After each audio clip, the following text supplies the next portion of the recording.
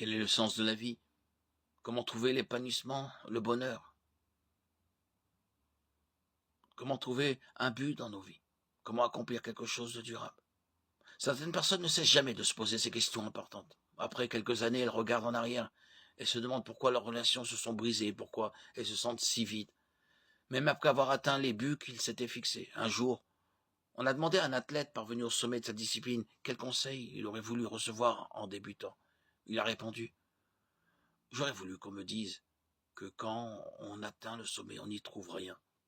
Beaucoup de buts ne s'avèrent vains qu'après qu'on ait perdu des années à les poursuivre. Dans notre société humaniste, tous se fixent beaucoup d'objectifs, espérant trouver une raison d'être dans la réalisation de ces derniers. Le succès en affaires, la prospérité, de bonnes relations, le sexe, le divertissement, la philanthropie. Voilà les objectifs pour lesquels les hommes se battent. Certains confirment qu'après avoir atteint ces objectifs de prospérité, de bonnes relations et de plaisir qu'ils recherchaient, ils ressentent toujours un profond vide intérieur que rien ne semble pouvoir combler. Le livre biblique de l'Ecclésiaste exprime ce sentiment en ces mots. Comble de l'inconsistance, dit l'Ecclésiaste. Comble de l'inconsistance, tout n'est que fumée. Ecclésiaste 1-2. Le roi Salomon, l'auteur de ce livre, était riche au-delà de tout ce qu'on peut imaginer, disposé d'une sagesse plus grande que n'importe qui d'autre à son époque ou à la nôtre, avait des centaines de femmes, des palais et des jardins qui suscitaient l'envie de tous les royaumes, la meilleure nourriture, le meilleur vin et toutes sortes de divertissements à portée de main.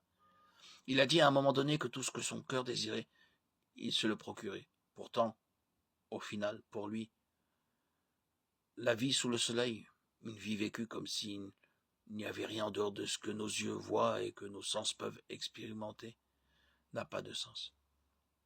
Pourquoi donc ce vide? Parce que Dieu nous a créés pour quelque chose de bien plus grand que ce que nous pouvons éprouver ici-bas. Salomon a dit que Dieu a même mis dans le cœur de l'homme la pensée de l'éternité. Ecclésiaste 3:11.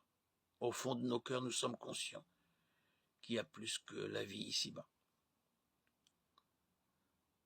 Dans la Genèse, le premier livre de la Bible, nous lisons que Dieu a créé l'homme à son image, Genèse 1:26. Cela signifie que nous ressemblons davantage à Dieu qu'à quoi que ce soit d'autre, à n'importe quelle autre forme de vie. Nous y découvrons aussi les éléments suivants déjà avant que l'homme ne succombe au péché et que la malédiction du péché ne s'abatte sur la terre.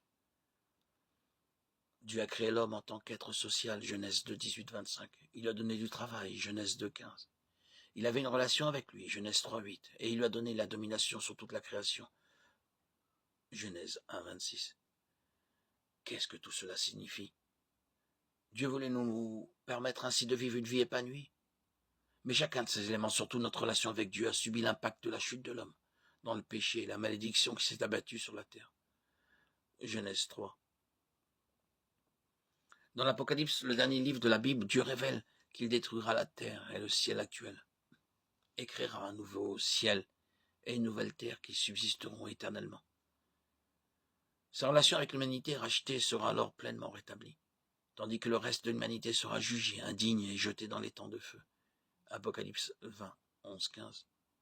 La malédiction du péché sera jamais effacée. Il n'y aura plus ni péché, ni tristesse, ni maladie, ni mort, ni souffrance.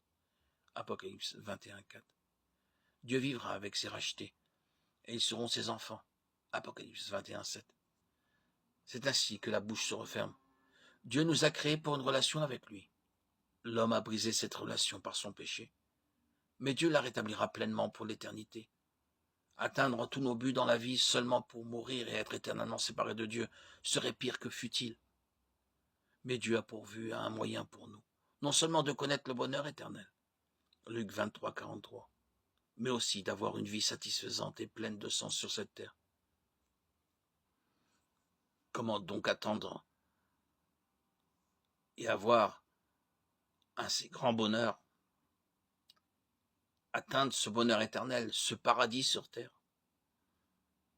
Cela ne peut être qu'en recevant et acceptant Christ dans notre vie.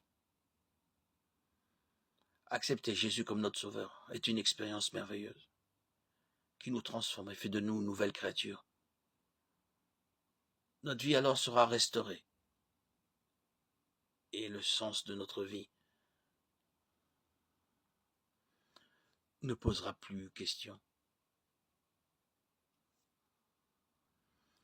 Jésus est venu pour nous donner la vie, pour que nous l'ayons en abondance. Je suis venu afin que les brebis aient la vie et qu'elle l'ait en abondance. Jean 10, 10b. Fais de l'Éternel tes délices et il te donnera ce que ton cœur désire. Psaume 37, 4.